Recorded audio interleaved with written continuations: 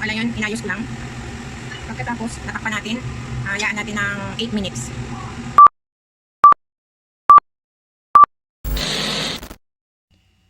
So, ito po yung aking mga panglahok. Gigisa ko sa sibuyas, bawang, luya, at ito naman yung aking panimpla. Patis, sugar, oyster sauce. And then, meron naman akong sotanghon, vermicelli. Yan, 2 pack, 50 gram ang isa.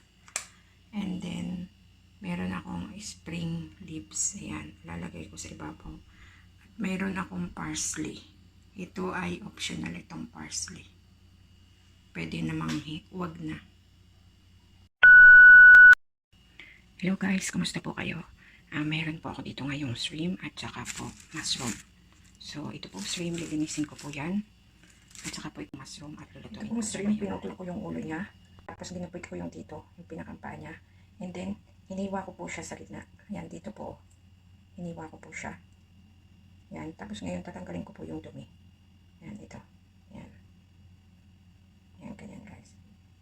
Then, saka po hugasan. Yan, then ito okay na po. Ito na guys.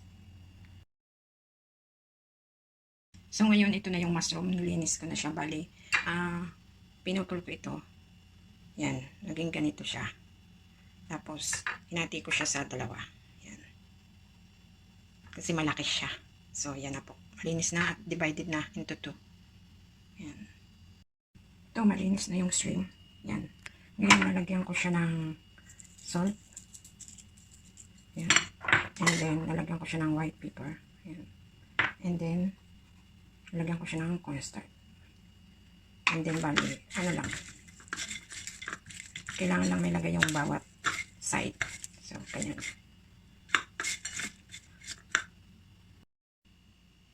Yan, ito na yung shrimp.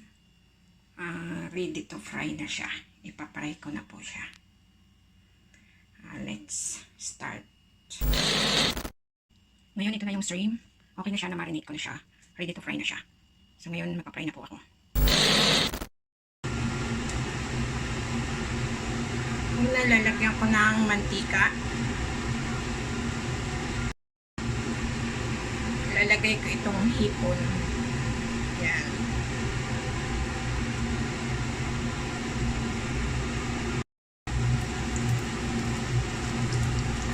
Ito-fry lang siya. Yan.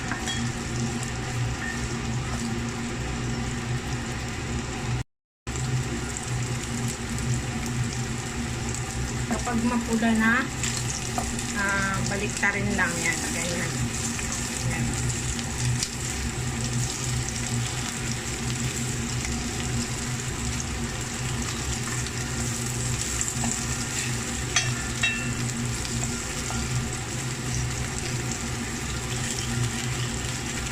Baliktarin lang lahat. Both side, mapula na siya, so luto na. Set aside muna po.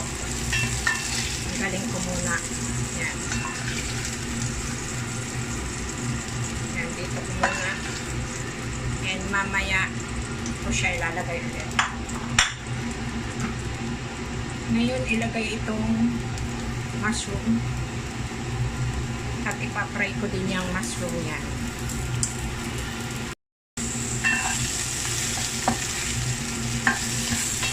Halo-haloin lang yan. Parang pinapry lang din. Yan.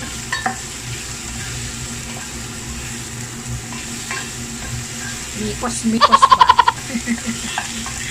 Just kidding.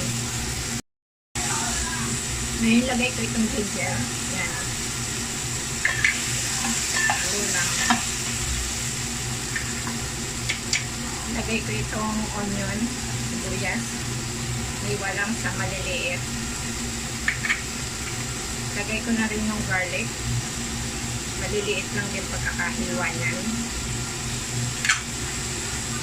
Haluin lang. Igisa ba? Ngayon, ilagay itong patis, fish sauce, sugar, and oyster sauce. Yan.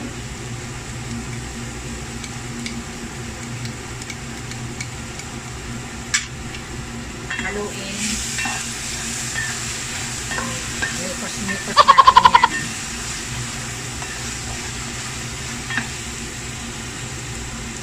And ngayon, ilagay itong chicken broth.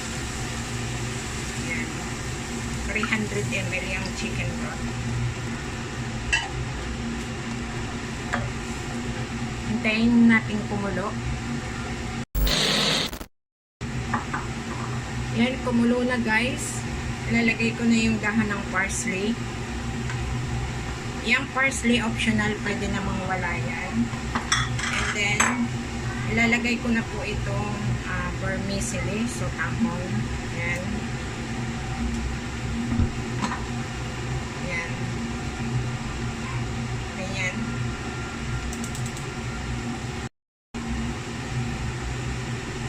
Pagkatapos, ilalagay ko na itong shrimp.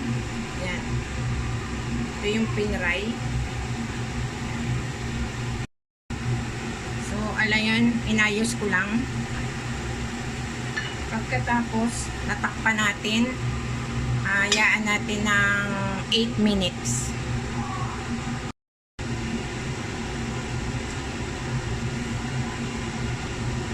One eternity later. After 8 minutes, yung 8 minutes po sa mahinang apoy lang. Buksan. Yan, okay na. At lagyan ng spring onion sa ibabaw. Yan. Ready to serve na po yan. Luto na guys. Yan, isi-serve ko na po yan na ganyan. Salamat po sa panonood. See you on my next video. Bye. Bye. Bye. Bye. See ya.